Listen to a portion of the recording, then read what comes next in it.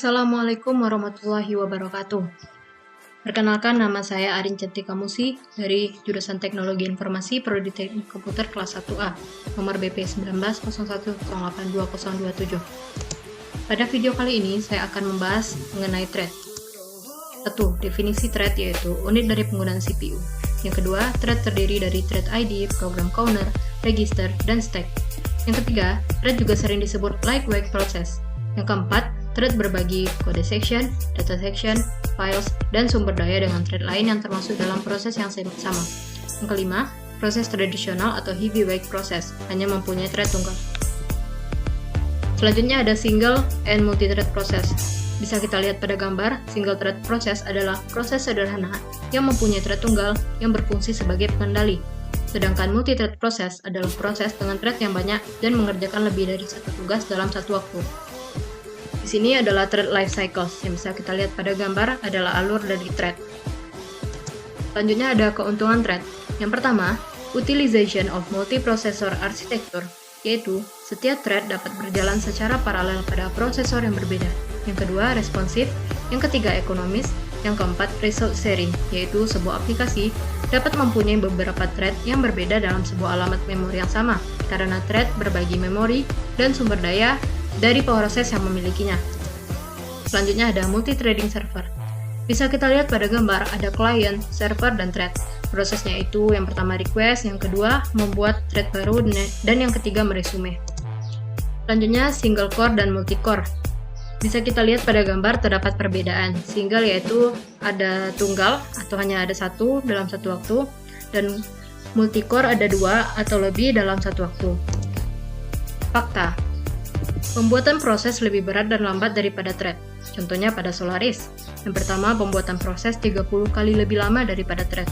Dan yang kedua, context switch proses 5 kali lebih lama daripada context switch thread. Selanjutnya ada user threads. Yang pertama, user threads didukung di atas kernel dan diimplementasikan oleh thread library pada level user. Yang kedua, user library digunakan mendukung pembuatan thread, penjadwalan, dan manajemen tanpa bantuan langsung dari kernel. Yang ketiga, karena kernel tidak menyadari adanya user level threads, maka pembuatan semua thread dan penjadwalan dilakukan di dalam user space tanpa intervensi dari kernel. Yang keempat, yang terakhir, yaitu three primary thread libraries. Ada POSIX threads, Win32 threads, Java threads, dan .NET threads. Selanjutnya ada thread library. Pustaka thread menyediakan pemrogram dengan API untuk membuat dan mengelola threads. Dua cara utama implementasinya yaitu yang pertama library sepenuhnya di ruang user, dan yang kedua library level kernel yang didukung oleh OS. Selanjutnya ada kernel threads. Kernel threads didukung secara langsung dari sistem operasi. Pembuatan thread, penjadwalan, dan manajemen dilakukan oleh sistem operasi. Secara umum, kernel threads lebih lambat untuk dibuat dibandingkan user thread. Keuntungannya yaitu, SO dapat menjadwalkan thread lain jika ada salah satu thread yang dibuat. Lalu, SO dapat menjadwalkan thread-thread pada multiprosesor. Contohnya ada pada Windows XP dan Windows 2000, lalu ada Solaris, Linux, dan Mac OS X. Selanjutnya ada multi-threading models, terdiri dari 3 bagian, yaitu many-to-one, one-to-one, dan many-to-many. Many-to-one model. Many-to-one model memetakan beberapa user level threads ke satu kernel threads. Bisa kita lihat pada gambar. Contohnya yaitu Solaris Grand Threads dan GNU Portable Threads. Fiturnya yaitu efisien karena irit kernel threads, lalu semua pengguna threads dapat diblokir jika thread memanggil panggilan sistem pemblokiran, dan beberapa pengguna threads tidak dapat berjalan paralel pada multiprosesor. Lalu ada one-to-one model. One-to-one model memetakan tiap user thread ke tiap kernel thread. Bisa kita lihat pada gambar. Contohnya ada Windows NT, XP 2000, Linux, dan Solaris 9 and later. Selanjutnya, keuntungan one-to-one model sama dengan keuntungan kernel thread. Lemahnya, model ini adalah setiap pembuatan user thread membutuhkan pembuatan kernel thread. Karena pembuatan thread bisa menurunkan performa dari sebuah aplikasi, maka implementasi dari model ini membatasi jumlah thread yang dibatasi oleh sistem. Selanjutnya ada many-to-many model. Many-to-many model memetakan banyak user level thread ke kernel thread. Bisa kita lihat pada gambar. User dapat membuat banyak thread, masing-masing kernel thread dapat jalan di lingkungan multiprosesor. lalu bisa mengizinkan sistem operasi untuk membuat sejumlah thread kernel dan tidak terlalu overhead. Contohnya pada Solaris prior to version 9 dan Windows NT 2000 with the Thread Fiber Package. Threading Issue Cancellation. Thread cancellation adalah sebuah tugas untuk memberhentikan thread sebelum thread tersebut selesai. Contohnya, JVM akan mematikan seluruh thread sebelum end. Thread yang akan diberhentikan disebut target thread. Dua skenario thread cancellation yaitu ada asynchronous cancellation, adalah satu thread memberhentikan target thread ketika itu juga, dan yang kedua deferred cancellation, yaitu target thread secara periodik dapat mengecek apakah ia harus berhenti. Skenario ini memberi kesempatan kepada target thread untuk memberhentikan dirinya sendiri. Kesulitan dari thread cancellation. Yang pertama, asynchronous, yaitu jika thread yang akan dimatikan, thread tersebut sedang mengupdate data. Alternatifnya yaitu deferred cancellation. Selanjutnya di sini ada signal handling, yaitu sebuah sinyal yang digunakan untuk memberitahu sebuah proses kalau peristiwa tertentu sedang terjadi, misalnya perubahan state, error, dan interrupt. Lalu pola sinyalnya bisa asynchronous atau synchronous. Sebuah sinyal diaktifkan oleh munculnya suatu peristiwa, lalu sinyal yang diaktifkan dikirim ke proses, dan sesudah dikirim, sinyal tersebut harus ditangani.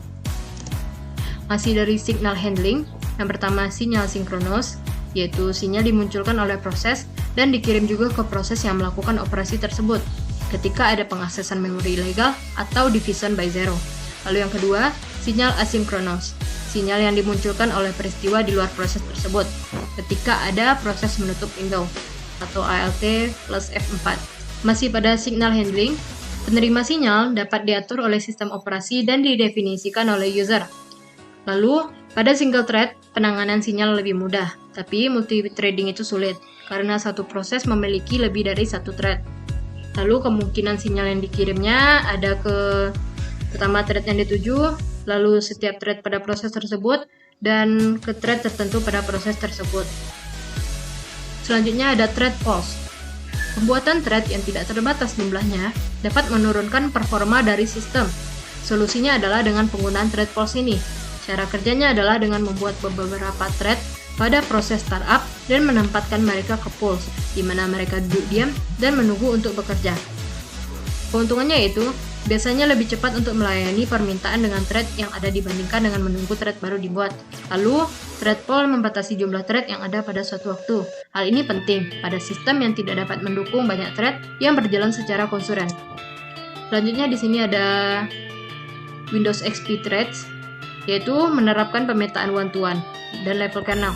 Setiap threadnya berisi thread ID, register set, stack, separate user and kernel stack, dan area penyimpanan privat data. Register set, stack, dan area penyimpanan privat dikenal sebagai konteks dari threads.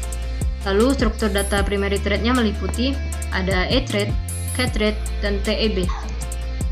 Prioritas dari thread. Yang pertama, thread priority IDLE, kedua thread priority lowest, yang ketiga thread priority below normal, yang keempat thread priority normal, yang kelima thread priority normal, yang keenam thread priority above normal, dan yang keenam thread priority highest, dan yang ketujuh thread priority time critical. Selanjutnya ada Linux thread. Threads pada Linux mulai digunakan di kernel versi 2.2. Threads lebih dianggap sebagai teks, dan konteks switch Linux lebih cepat dari Windows. Selanjutnya ada Solaris 2 thread. Solaris 2 versi Unix sampai 1992 didukung hanya proses tradisional heavyweight. Kemudian ditransformasikan ke modern OS yang mendukung thread baik pada kernel maupun level user atau hybrid, symmetric multiprocessing, dan penjadwalan real time. Lalu selanjutnya ada Java thread. Threads di Java diatur oleh Java Virtual Machine atau yang disebut JVM. Lalu threads di Java dibuat dengan cara yang pertama meng-extend class thread dan mengimplement interface runnable. Masih pada Java thread, keunggulan dari Java threads adalah JVM menggunakan prioritas preemptive berdasarkan algoritma penjadwalan. Yang kedua, semua threads di Java mempunyai prioritas 1-10. Dan yang ketiga, jika ada dua thread yang prioritasnya sama, digunakanlah algoritma first in first out atau FIFO atau FIFO. Ini adalah tabel antara perbedaan prioritas Java dengan Windows. Bisa kita lihat pada gambar Java di sebelah kiri dan Windows di sebelah kanan. Baiklah, itu saja yang dapat saya sampaikan mengenai threads. Semoga apa yang saya sampaikan bisa dimengerti dan bisa kita amalkan untuk kemudian hari. Dan mohon maaf bila ada kata yang salah ataupun ada materi yang kurang. Salah dan katanya saya mohon maaf. Saya tutup. Wabillahi taufiq wal hidayah. Assalamualaikum warahmatullahi wabarakatuh.